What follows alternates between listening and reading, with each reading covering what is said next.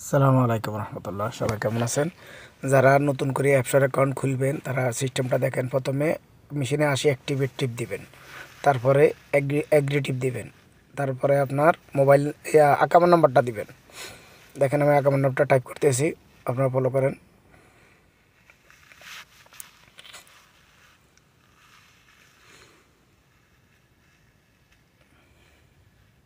আমি কীভাবে টাইপ করতেছি একটু ফলো করেন ভালো করে, কারণ আপনাদের ওইখানে কারো সহযোগিতা নেওয়া লাগবে না। এখন টিপ দিবেন আকামার নাম্বার যদি আপনার কারেক্ট থাকে। এখন আপনার কাছে মোবাইল নাম্বার চাইতেছে, মোবাইল নাম্বারটা টিপ দিবেন। কারো সহযোগিতা নেওয়া লাগবে না। আপনি যদি আমার এই ভিডিওটা সুন্দর মতো দেখেন স্লো মোশনে, আপনি ইনশাআল্লাহ নিজে নিজে অ্যাপসারের দিতে পারবেন। আমি ওই মোবাইল নাম্বারটা একটু ভুল লিখছি, এই কারণে আমি আবার দিছি, নেক্সট দিচ্ছি, আবার পরবর্তীতে মোবাইল নাম্বারটা টাইপ করতেছি আবার। এখন ফলো করেন, আপনি সুন্দর মতো স্লো মোশনে দেখলে আপনি নিজেরটা নিজে করতে পারবেন। দেখেন এখানে এমন কোনো কিছু না।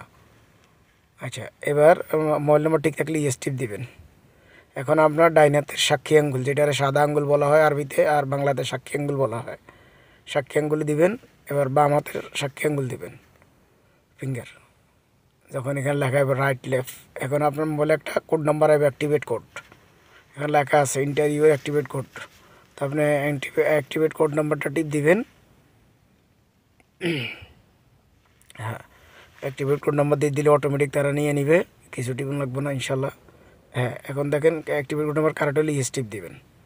যাক আলহামদুলিল্লাহ, আপনার অ্যাকাউন্ট হয়ে গেছে। এখন টিক চিহ্ন দিবেন এখানে খালি করে দিয়ে, এখানে অ্যাক্টিভেট টিপ দিবেন নিচে গ্রিন।